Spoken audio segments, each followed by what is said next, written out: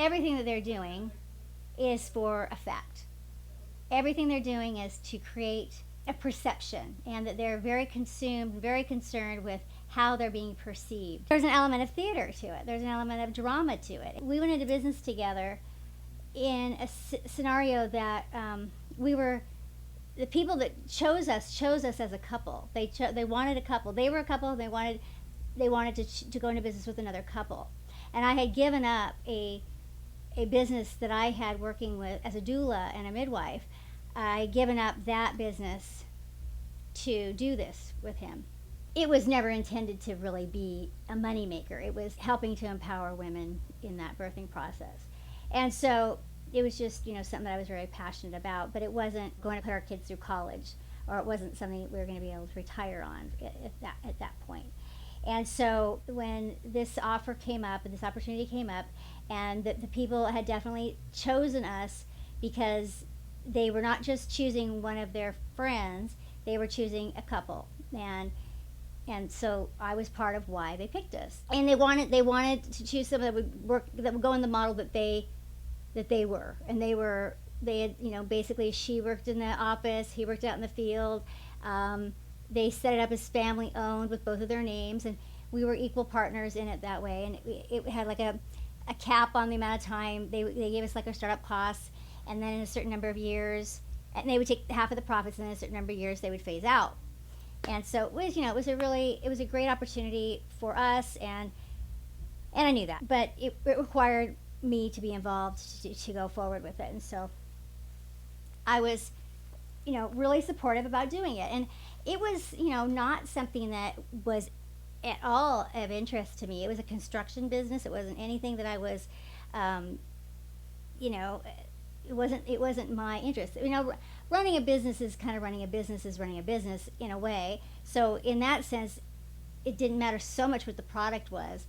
But, it was definitely not something I had a passion for necessarily. What I had a passion for, though, was my marriage, my family, creating something together, all of that. So that's why I was doing it. I was doing it because of the relationship. I was doing it so that one day we would build this thing that my husband would then look at me and go, we did this together, just like I was doing everything else, right? But, there was this feeling, a feeling I had that, I was doing this. I'd given something up to do this for him, and he had a good job before, and I definitely encouraged him to go ahead, quit your job, let's do this thing. And so I was, it bothered me, it hurt me that he was so rude to me in front of people. And it was a side of him that he hadn't shown to other people, that other people hadn't seen. And when we're at work, he acts like just this jerk, like I'm an idiot at work. And, I'm curious about why that was. And I'm just going to ask you to get inside the head of the narcissist and see if you can understand, see if you can, get some theories on why you think that was. And because this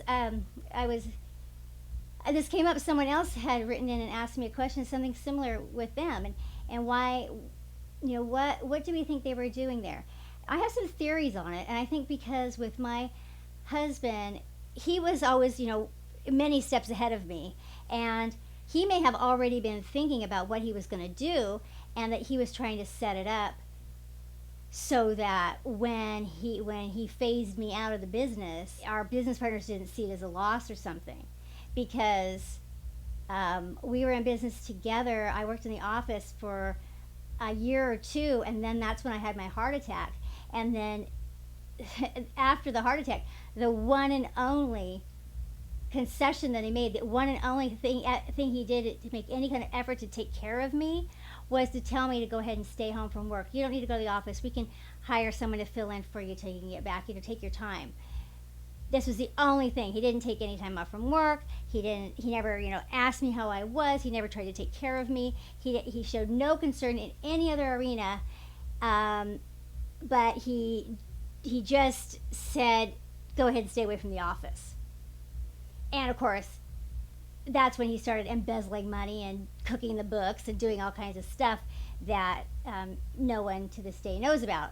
And I actually believe that he was also telling people that I was doing that. In one of my other videos, I tell the story about how I discovered what he was doing. It's kind of a funny story. I think it's My Sociopathic Divorce is what that video is called.